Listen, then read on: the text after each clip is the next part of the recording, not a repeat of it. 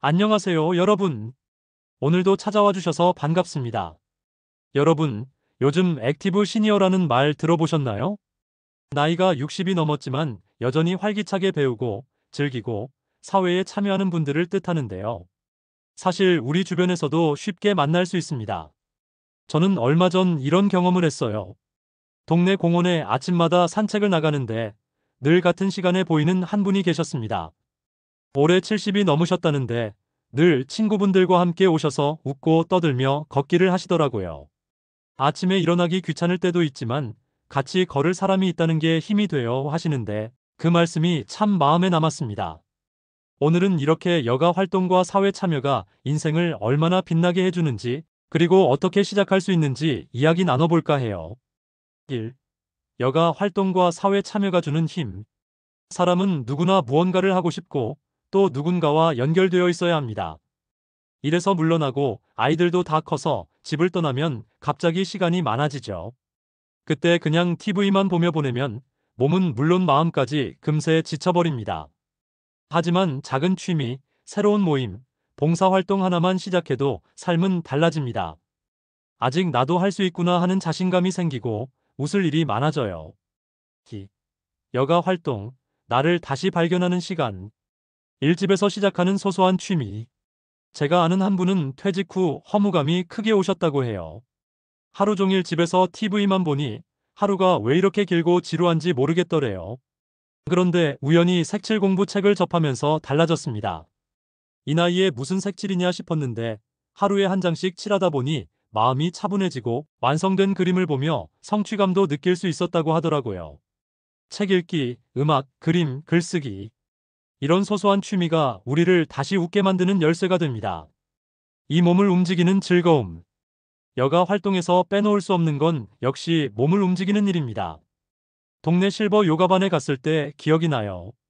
처음엔 다들 몸이 굳어 따라하기도 힘들어했지만 한 달쯤 지나니 얼굴빛부터 달라졌습니다. 집에만 있으면 허리, 무릎이 더 아팠는데 이제는 덜 아프다라는 분도 계셨습니다.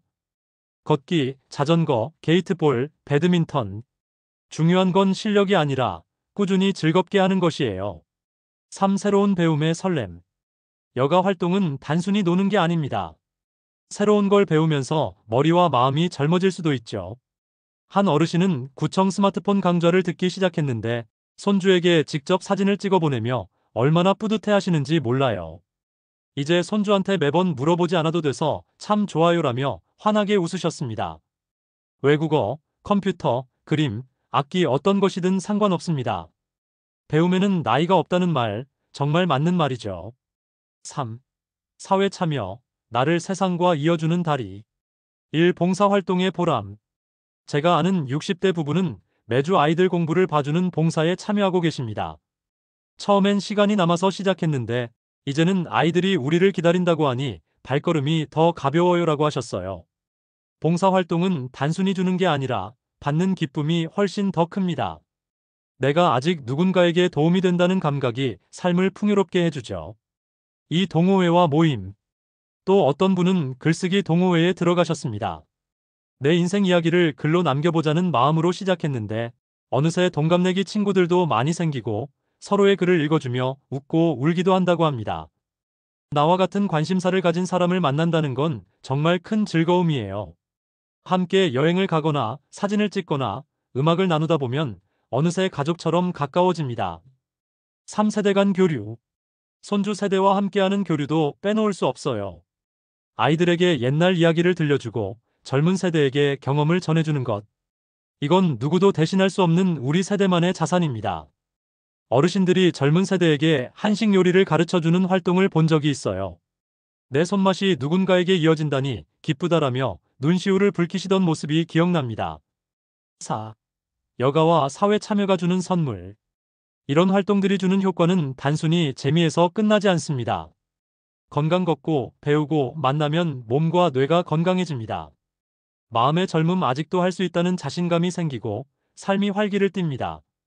새로운 인간관계 나이 들수록 친구는 줄지만 활동을 통해 인생 후반의 친구를 만들 수 있습니다.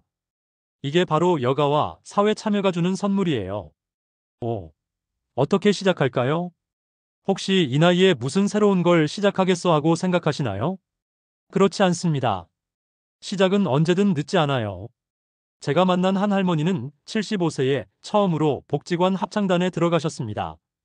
처음엔 목소리도 안 나오고 창피했는데 이제는 노래할 때가 하루 중 가장 기다려져요 하시더라고요. 첫걸음은 아주 작아도 괜찮습니다. 집 앞을 10분만 걸어보기, 복지관 강좌 하나 찾아보기, 친구에게 먼저 연락해보기. 작은 걸음이 모여서 새로운 인생의 문을 열어줍니다. 마지막으로 여러분, 오늘은 액티브 시니어의 여가 활동과 사회 참여에 대해 이야기 나눴습니다. 여가 활동은 나를 웃게 하고 사회 참여는 나를 세상과 이어줍니다. 이 두 가지가 합쳐질 때 노년은 단순히 늙어가는 시간이 아니라 새로운 기회와 행복의 시간이 됩니다. 여러분의 삶에도 오늘부터 작은 변화를 시작해보세요. 책 한 장 읽기, 이웃과의 인사, 봉사 프로그램 찾아보기. 그 작은 시작이 인생을 활짝 열어줄 거예요. 나이는 숫자일 뿐입니다. 마음이 젊으면 언제든지 새로운 인생을 살 수 있어요. 오늘도 함께 해주셔서 감사합니다. 좋아요와 구독 눌러주시고 여러분의 활기찬 하루를 응원합니다. 다음 시간에 또 만나요. 감사합니다.